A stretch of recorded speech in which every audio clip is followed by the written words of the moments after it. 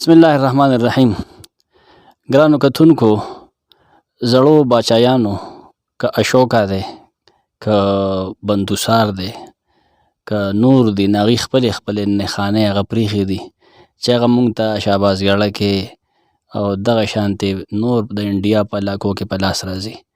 محمود غزنوي یو لوی اسلامي جرنیل تیر شوی. هغوی هم خپل اسلامي نشانات هغه په دې ملک کې پرېښي دي. 1009 کې هغوی په دې علاقه باندې حمله کړې ده، راغلي دي د اسلام د پرچار دپاره. دې وخت کې په سوات کې وډیګرام علاقه هغې کې ولاړ یم، کوم ځای کې چې په 1024 کې راجا ګیر الله پیر خوشحال په نوم یو غازي بابا یادیږي چې هغې له شکست ورکړی او دلته هغې بیا یو جومات جوړ کړی دی چې هغه منصور د غزنوي صاحب د محمود غزنوي صاحب ورواره د هغې جومات جوړښت او تعمیر کړی. ګرانو کتونکو، دې وخت کې ما سره د دې مسجد انچارج جناب محترم آفرین صاحب هغې موجود دي چې دلته کې هغې 28 سال څه د پاسه هغه کار کړی دی او دا جومات چې ډاکټر اشرات صاحب په 1986 او 84 لږ دا ښکاره کړی و، دی هم په هغې کې موجود و. هغې سره به یو څو خبرې وکړو. بسم الله الرحمن الرحیم. جی زما نوم آفرین دی، تعلق مې له وډیګرام سره دی. جی د تاریخ په حواله باندې زه تاسو له هم پوره معلومات درکړم. جی جی تقریبا زما په دې کې 26 سال شوي دي د ایټالین والا سره، ښه جي. او ټوټل مې پکې 28 سال پوره شي، په 29 کې روان یم. ښه جي ښه. د تاریخ په حواله باندې خو تاسو پروفیسر یو، تاسو بیان وکړو. جی جی جی. او نو په دې کې تقریبا چې دی د نن نه 3000 کاله مخکې ایرانیان هم پاتې شي او شوبه دغه هم پاتې شي دي. جی جی. تقریبا د نن نه 3000 کاله مخکې ایرانیان ته پاتې شي دي، هغه په تشپرست باندې مشهور و. ښه جي. او هغه تقریبا چې نو تاسو به د سکندر اعظم نوم اورېدلی. بالکل. سکندر اعظم چې نه دا د یونان سره تعلق ساتي او دا د یو باچا زوی دی. کله چې هغه 30 کالو ته ورسېد نو هغه دې طرف ته توجه وکړه. هغه د یونان نه راروان شوی دی په 326 کې په قاف میم کې. په هغه وخت کې 45,000 پوځ چې دی نو دا کافي پوځ و.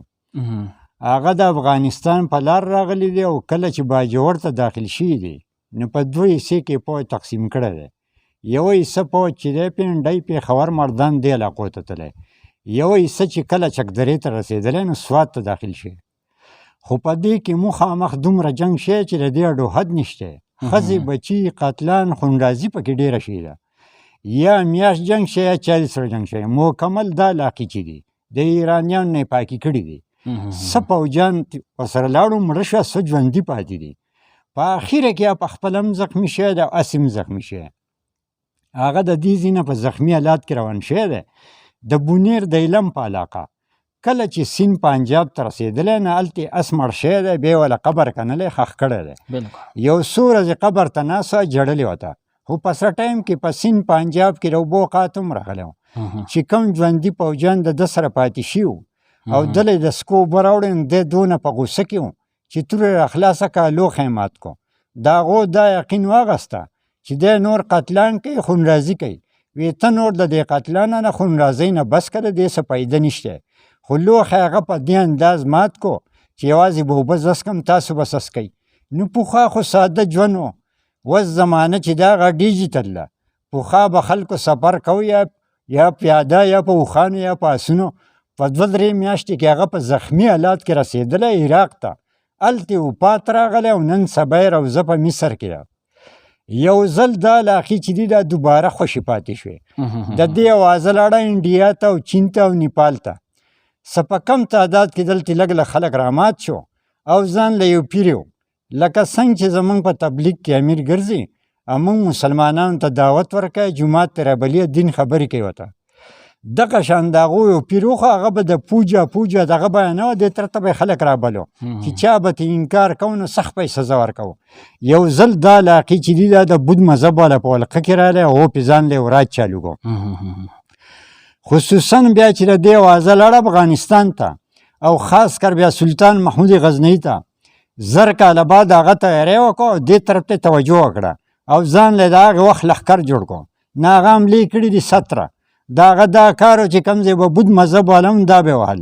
داسې اورم چې هغه د ډیلي پورې هم تللی شاته زمانه د قلات چې نن دې ته 8 منټو لار ده دم د راجاګیرا باچای تخت دی دم 3000 کاله پخوانه دی راجاګیرا چې دی دم ډېر طاقتور هندو دی په مال هم برابر و په پوځ هم برابر و په وس سره دی هار ته تیار نه و خو کله چې سلطان محمود غزنوي په اوله پیر راغلی نو هو ناکامیابه شی په دویمه پیر هم ناکامیابه شی خو د دې ځینې ځای په مختلف ځایونو کې حملې کوي کله چې دی ډېر زیات په توروالو کې ستړی شوی دی واپس تللی افغانستان ته او هلته یې د ارام دپاره ډډه اچولې ده نو کله چې دی په خوب ورغلی نو په خوب کې څوک زور شوي دي پې چې داسې په تامبو کې یو ینګ کس ناست دی د قرآن تلاوت کوي ډیوې ته تاسو به ولګئ دی به د فوج کمانډر کوي الو به تاسو راجاګیرا وهئ او فتح حاصل وکړئ که دی پکې نه ناممکنه ده هغه مشهور دی په غازي بابا خپل نوم دی پیر خوشحال کله چې دی د فوج کمانډر کو په پوره لښکر را روان شو نو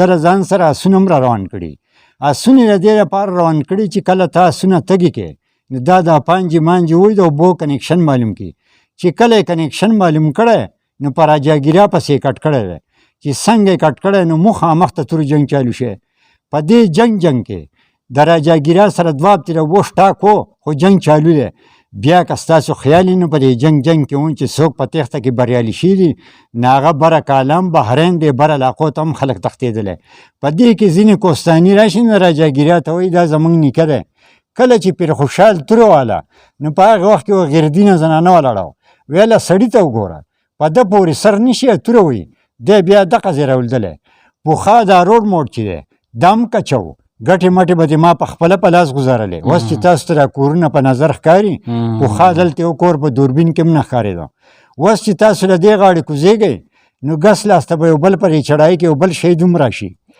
د هغې نه هم چې دیوال چاپېره 3 خونه مې پولر دي هغه هم مشهور دی په کانډر شید کانډر شید هم دي سړی لکه زمونږ د 71 د 65 جنګونه شي انډیا سره دا یو غشو لیندوال او پرچم ماله سړی دی کته چې ورسېدې پیر خوشحال لفظو په خپله وینې چې ور پې لګېدلی پاسه پې ټیم لګېدلی خو صرف هغه ته نه ده په پورې مقربه کې چې وګورې ګور خونه به ته په نظر راشي او غونډ دیوال به دې چاپېری دی سر دی لاندې تاسو د پاک آرمي والا بورډ پړاو کو حکیم منصور چې دی دا د سلطان محمود غزنوي وراره دی دا د پېښور یو ګورنر هم پاتې شي هغه بیا اطلاع کړې ده نوشګودین ته چې ته راشې جومات تعمیر کړه دا بیا راغلی هغه تعمیر کړی خو د هغې نه وروستو دا د خټې او د ګټې او ډېرکۍ ولاړ یو امبار دا چا نه پېژني چې جومات دی خو کله چې به دې کې د لاس همره ګټه بیا هم ده شوه په 1984 کې په هغې باندې په عربۍ لیکلي دې کې جومات دی نو دا زمونږ د ایټالي میشن ولرلو د 1985 نه کودایي شو وکړه د 1999 پورې